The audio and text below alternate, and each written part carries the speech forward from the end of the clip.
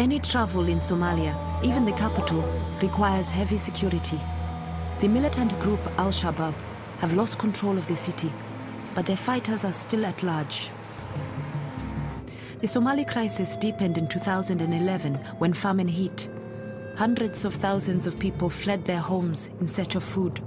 Many ended up in refugee camps in Mogadishu. SSWC's work with women and children covers many issues caused by the insecurity of the camps. This place, as you could see, is a gender-based violence women health crisis center. It is a newly established center. We used to have an old center, but that center is no longer safe. So this is fully operational now, though it is not yet, the center doesn't have yet all the equipment that we wanted this center to have, but it is very much in service right now. And Halima is the coordinator of the gender-based violence. She will explain to you more, and she will give you the essence of this center. So what we can start is, this is the first stop, yeah, where the interview is taking place. And then we have, this is the psychosocial and legal aid office, and then you can come through this side. This is the first stop for the medical assistance before any first aid or any first assistance to be given before transfer to SOS. Every country who actually experiences any conflict, there's high rape, definitely. At the moment, it's a high rate of rapes. We normally get a roughly of like 10 to 15 women in a daily basis. Yes. That's how bad it is. This is a specific room for confidentiality and confidence anyway for the survivor to feel. Then we have one of the survivors who's getting assistance. Okay.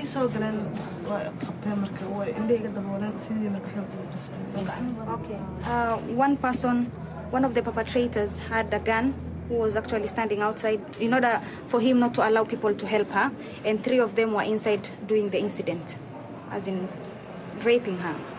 What they did is they blindfolded her, and then they continued the incidents by hitting her with the back of the gun, whereby now it's more or less violence as well as rape.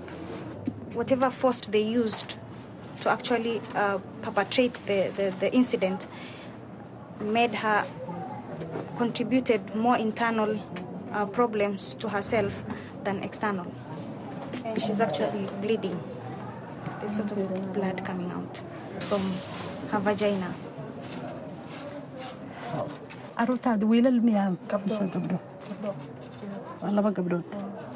She has got 2 daughters. They could see there's no anywhere. It's not like you have another bedroom that you can make them sleep. It's the same bush. When the situation is happening, the kids are there. So it's just an unbelievable situation. A child seeing his mother being raped by 3 men, you could understand the amount of pain and trauma and emotional devastation it carries with. It's so painful. My fear today is not only for her life, also for those young daughters who have seen that horror happening to their mother in front of their eyes. So it is a huge responsibility that we are all of us are shouldering as far as humanity is concerned. I'm very much worried about their future, their health. So let's just let them continue with the supervision, and then we'll proceed to our next room, please.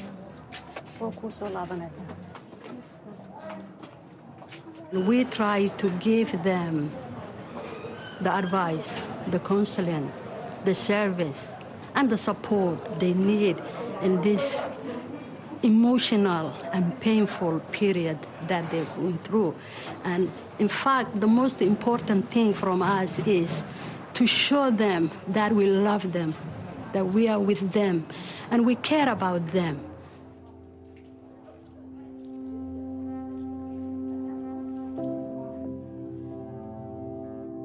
Research conducted by SSWC shows that rape has quadrupled in areas where freelance militia are present. Zone K has one such area in its camp.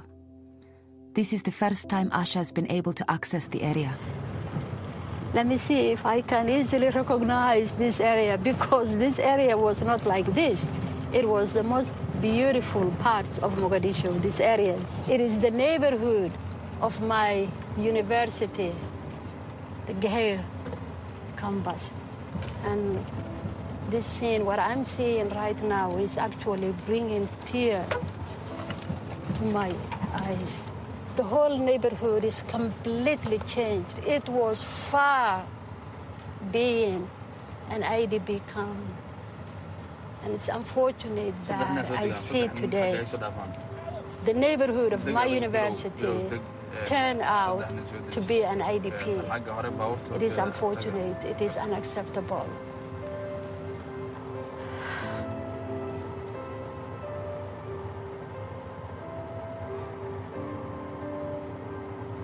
It's a very sad moment, actually. I cannot believe my eyes. It's very sad. So the majority of the women we met this morning are from this. And I never thought that one day one of the appalling and horrible crimes could take place in the most peaceful and beautiful education center. And I never thought that one day in my life I will see this neighborhood, Geher, in this picture.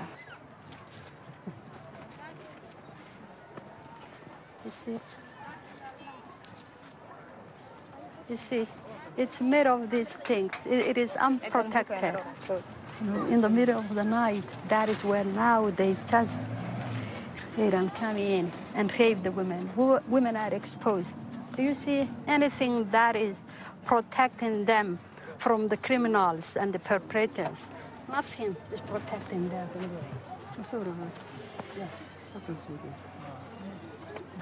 The most important and the most precious commodity in Mogadishu today is security, is peace.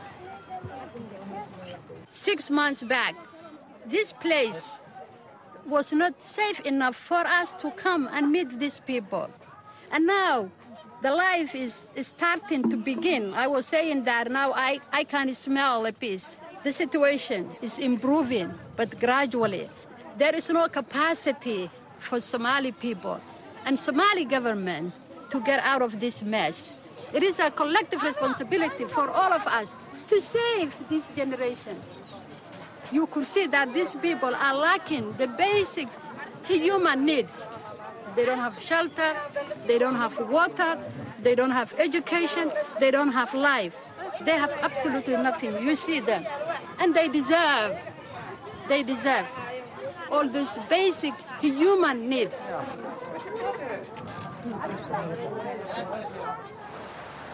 I have hope and faith that Somalia will be back to normal. I have hope and faith that the paradise lost could be found easily. I have hope and faith that Somalia will join the family of nations, but we need the international community support. Albert Einstein said, and I quote, "The world is a dangerous place, not because those who do evil, but because those who look on and do nothing."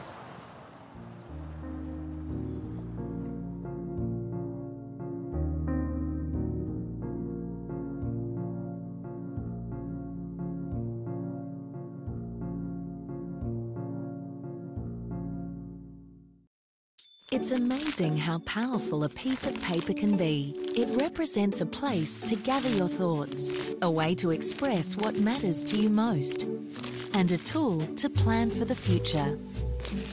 This federal election, your vote will help shape Australia. To enrol or update your details, visit aec.gov.au. Authorised by the Electoral Commission of Canberra. A year on from the drought and famine, more than 500,000 Somalis are still living in refugee camps, which provide little more than basic shelter. SSWC has provided 62,000 people over the last year with shelter and essential items, mostly organized by Asha's sister, Amina.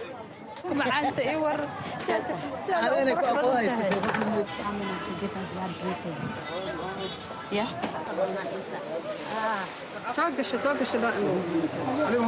These IDP women and children, they came from different directions of Somalia because of the drought and conflict which is going on. Today we are distributing the vulnerable and the poorest family among the IDP camps a dignity kit.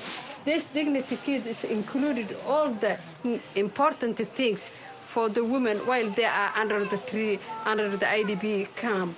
And I have been gone through what they are going through just now.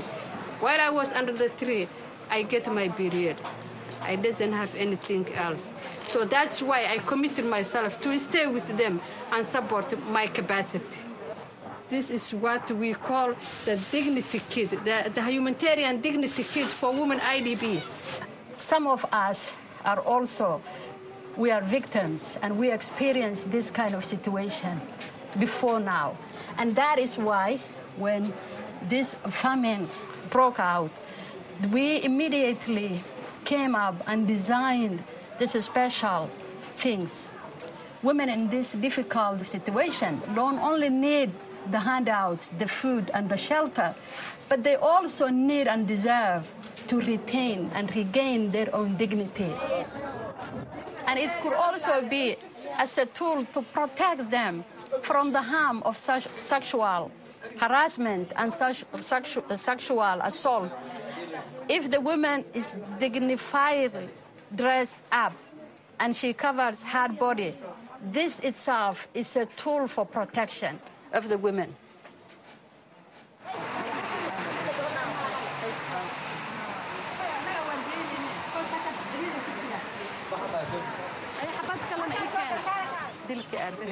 awada gabadhe ha dharkaagi xiro lagu siiyay sariirtaada ma ku fariisan karaa inta qof baad tihiin iyo aabbeena waa idinla joogaa marka adiga iyo odaga iyo lix caruur halkaana wada saaxataan lawa banaano jirto ilbarka dhulkaas ka qaraabo 8 members. This is everything for them. maxaa cuntaan maalintii maxaa heshaan cunto marka maalintii noloshiina mar aad saddexda waqti cunto heshaan ya ma heshaan maxaad heshaan markay ugu badato ha horta subaalintii dadka waa fuulin ha waxba ma helaan hayb maqribka lawa tabeydaba ahaydeen xoolaad lahaydeen xoolaa idinka baaba'ay xoolii markay dhamaadeen ha shabaabay jiro moogta waxa hay'ad masoo galeen ha aqsoo baxna There was no humanitarian agencies and humanitarian assistance that could go there in that area. That is why they fled and came here.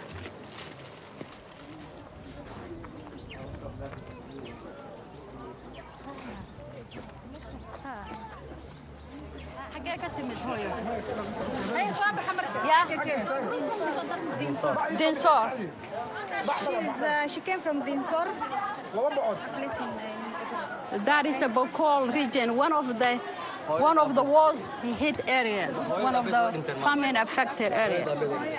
Abba iyo hoya away, family gag, idade away. She does not have any family. Parents died out of the conflict. maxaa adiga kugu dhacay aabbaha iyo hooyada markii la dilay ma joogtay mise waxay magaajada u dhinteen mise waa la dilay aabbaha iyo hooyada aabbaha waa la dilay hooyana gaajo yaa dilay aabbaha soo noloshaada iskool ma dhigatid iskool ma leh waxba ma leh The dad used to work in a farm.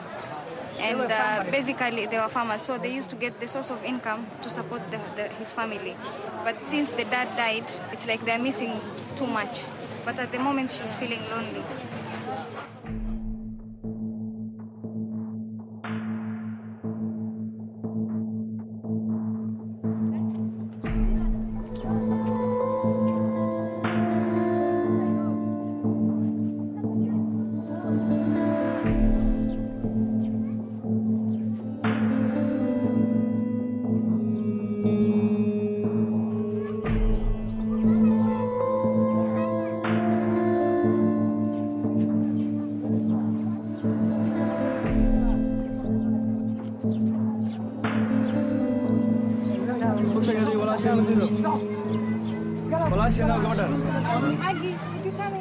هذا عرض ما له ذا يركان إيوه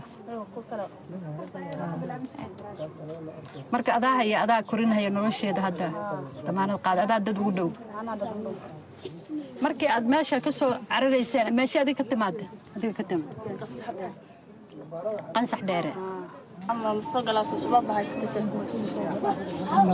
The place was actually dominated by Shabab, so that is the reason why no humanitarian assistance was actually going to that place to give the IDPs assistance.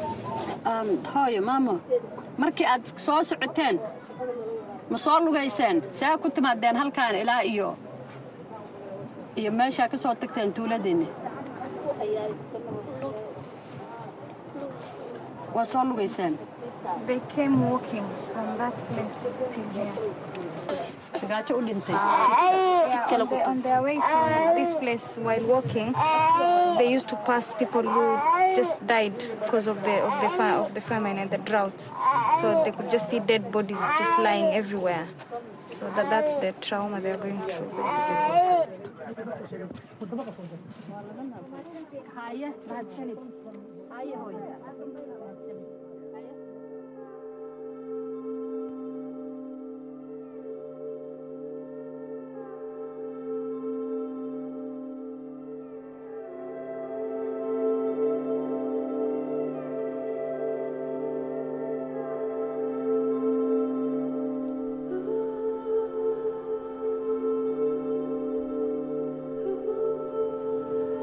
Everyone has a tragic story to tell in Somalia, and Asha and Amina are no different. In April this year, a bomb blast in the National Theatre left the city again in grief.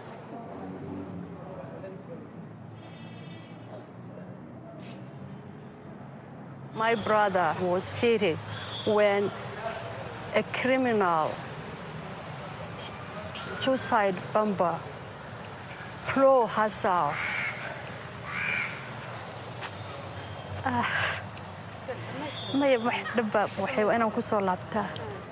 Someone called me and told me that there is a hit bomb take place in theater and your brother, young brother, was among those who injured. Then from there I ran away to the hospital. Then I met him. After 3 nights at hospital, we organized to send him an ambulance plane. Then that plane took him to Nairobi, then he passed away.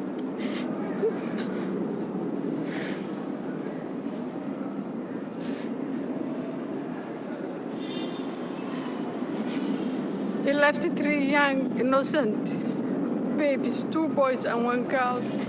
They don't know why their fathers passed away. Why those who kill him target him. We all don't know. I didn't look when I'm passing here at the theater. I hate the theater.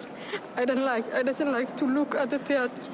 When I'm passing here, I close my eyes because I don't want to see.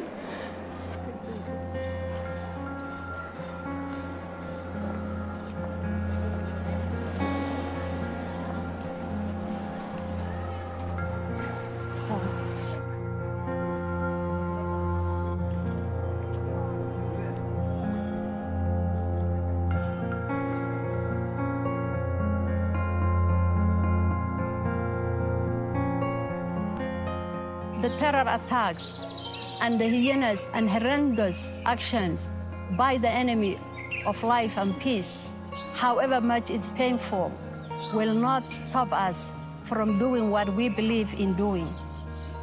We shall pursue serving humanity.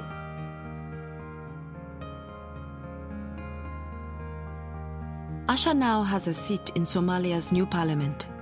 She also holds weekly training and empowerment sessions to encourage the next generation of Somalian women to be part of its new future. I want these young Somali women, I want to give them the confidence they need. I want to teach them that the sky is their limit, that being a Somali, being a woman, being a Muslim cannot prevent them from being who they want to be, from doing what they inspire and hope to do. I have hope and faith that you will all realize your dreams. And we support you, we encourage you, we love you. We want you to take the leadership from us. We want you to be the leaders of the next future. You are our future. That's what I want to do. So when I grow up, I'll be in Somalia, inshallah, helping my people.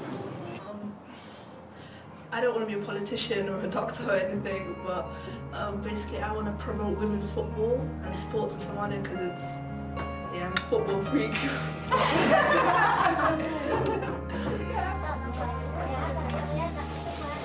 My sister and I will remain fully committed in serving humanity. I know that I will die one day, but I'd rather die making a difference. This is the future of Somalia.